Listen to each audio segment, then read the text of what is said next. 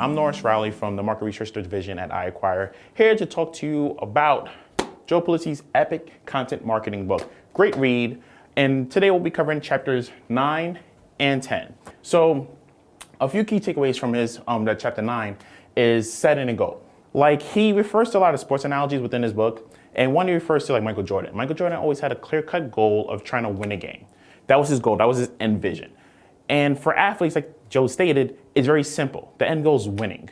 For us marketers, the goal is a little bit more complex than that. We don't know exactly what our goals should be, how we should achieve them, but we know we should have goals in place. So part 2 of that chapter, business goals of content marketing. One of the first ones he mentions is brand awareness. Make sure that your brand is known. Like, it's good to have a good product, a good page, but to not have the awareness and not have the brand recognition that you should be having, you're leaving a lot on the table. And you don't want to have that left to your visitors. You want to make sure that you are the spokesperson for your brand. You should be leading conversion. This is like something so simple, but a lot of people they just forget about it. And it's like, you know what, it's going to happen anyway. We don't have to do much about it, but you should. This is something that you need to focus on. You need to make sure that if there are potential people come to your site, you got to make sure that, you know what, while they might be coming to the site, they could end up being a lead. And that should be a focus point. It should be, and we don't want to sound greedy here, it should be a dollar sign. People equate dollar signs for the most part. And you got to make sure that everybody on your site is a dollar sign. If they're not a dollar sign right now, how we get them to be a dollar sign later on down the line? Customer conversion. Yes, there are 2 different entities. A lead, dollar sign, customer might be a little bit different, and it should be treated differently also. So while yes, you have your lead at one aspect of it, your customers should be different. So your current customers, you want to make sure that they're not just the one time they were here, then they're gone now. Make sure they're there for the long run. Customer service, to some degree, is a lost art within the internet universe, because within customer service, as far as getting on the telephone, speaking to somebody live, customer service, it runs the gamut. It could be a live chat. It could be email conversations. It could be it could relatively go back to a phone conversation that begun with an online conversation. Whatever you do or however you want to tackle that particular issue, you got to make sure that it's on point. You got to make sure that the people that's representing your company for the customer service side of it, things are staying in tone with the message that you're putting out there. Customer loyalty. People love their brands. People love Coke. People love Pepsi. People love Nikes. I'm one of those people. It's hard to have that customer loyalty and have people be true and try to your brand, regardless of what you may be going through, regardless if you're going through a little down cycle, regardless if you're going through a little, the vision of the brand is changing. You want to make sure that the brand loyalty never fades. You want to make sure that whatever those people, your visitors, those consumers are talking about, they have something to stay attached to. So if you have a product that's very admired by your following, make sure that product is put on a high pedestal. And the new things you're bringing up, make sure you try to attach a little bit, or make sure it has some affinity with that product that people like. But you want to make sure that customer loyalty is there. You want to make sure that people, if they are assigned to a certain particular product, that you don't want to throw that in the back burner and introduce something brand new. Upsell. You should always be selling, no matter what you're doing. There's always should be some kind of pitch in the background. Yes, you don't want to be forward and blunt about it, but hey, I got the best product, you have to buy, you have to buy, you have to buy. Subtle hints, little subtle hints here and there, little messaging. I mean, just the way you come about it should be unique, but at the end of the day, you should be trying to sell your customers and leads, regardless of the fact. Passionate subscribers. This is something you really can't control, but you could kind of mold it a certain way. You could kind of finesse it a little bit if you do it correctly. And you want to have those people, there's going to be people on your site, regardless of how you may see it, are either going to love you or hate you. What you can do is the people that love you, make them the champions of your site. Have them speak for you. Have them be those fans. The people that hate you, engage them. Don't be scared of them. Don't let them be the bullies of your site. Don't let them be like, okay, well, your product is dumb, is stupid. Engage them. Like, why? We have to look at content as an asset. Look at content as something you need. You need content to make your business thrive. And people look at content, okay, we'll have a post. Content goes beyond that. It goes to Facebook, Twitter, LinkedIn. It goes all over the place. So content is not just a post on a blog. Content runs the gamut of multiple many things. So how to go about making content an asset? Acquiring the assets of content. Basically, acquiring pieces of content that can be assets, that are good, that are not just this blasé piece of content you just purchase because we need to fill space on our site. Have pieces of content that you feel proud about, that you could speak to. Think like a publisher. While acquiring these pieces of content and trying to make sure it makes sense, look at it from an outside point of view. Look at it from a publisher's point of view. How would a publisher handle this? Is it going to be useful for a publisher? There's pieces of content out there we push because we have to push it. There's some pieces of content where you don't push, but a publisher's like, okay, yeah, that was great. Why didn't you push this to me instead of pushing me how the 10 best ways to pick flowers in the summertime? So you have to think like a publisher. Put yourself in their shoes. And how does thinking about content as an asset help? And this goes back to my first point. It helps because it helps you have a voice for content. It helps you with the voice of being a champion for this particular asset and not this side project that we're kind of working on.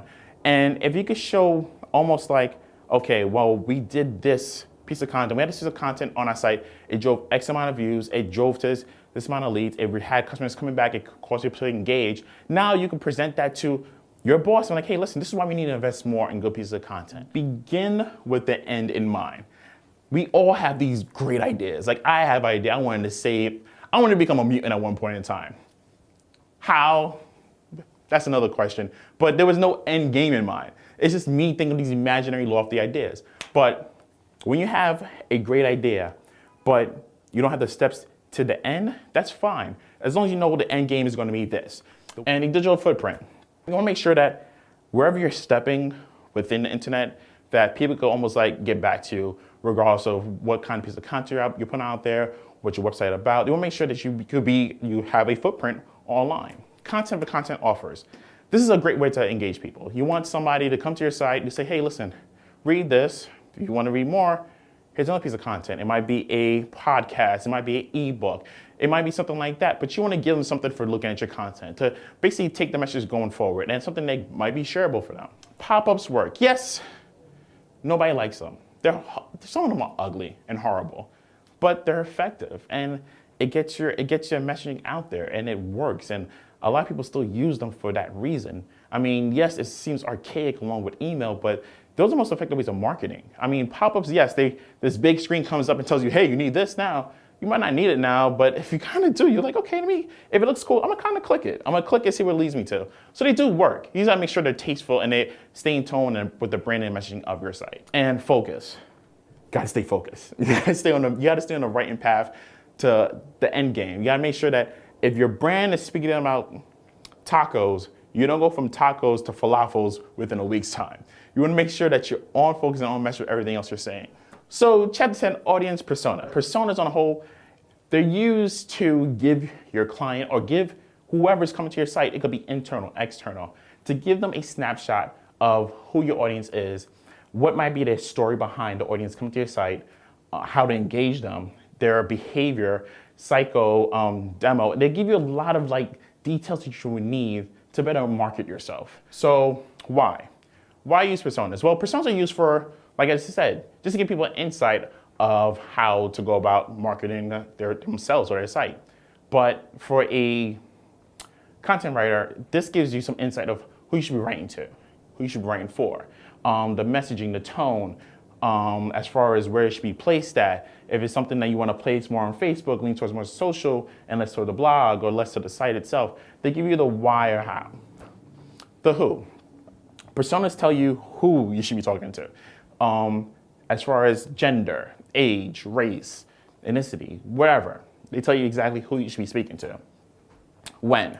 When it's just like, okay, I want to speak to these people when they're on Twitter or when they're on Facebook or when they're coming to their computer to check their email. I'm going to have them within an email campaign. So the when is a little tricky and it takes some time adjusting. You have to have a great market researcher that could back up when you should be focusing on a certain persona and to give you some data behind that.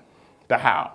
That encompasses everything. That encompasses demographic, age, race. You want to make sure if you're speaking to a younger persona that the language is a little bit different opposed to speaking to somebody who's older where the language will probably be more educated by the reading level, probably be on a college or master's degree opposed to a high school first year college student where it probably will be on a high school level. So you want to make sure how you speak to them is very, very important. I think one of the biggest pitfalls of people creating personas is remembering that you're not the target audience.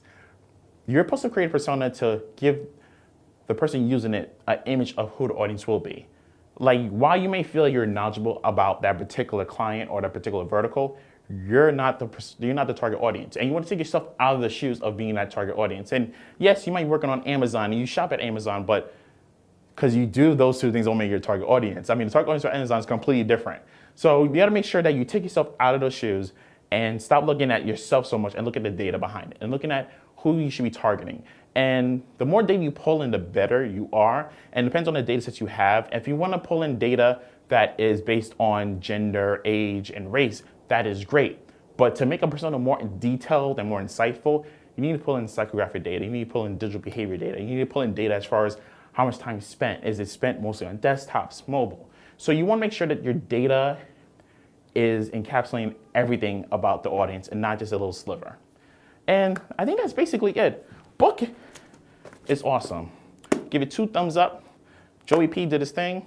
I'm Norris Rowley from the Market Research Department at iAcquire. See you later. Peace and hair grease.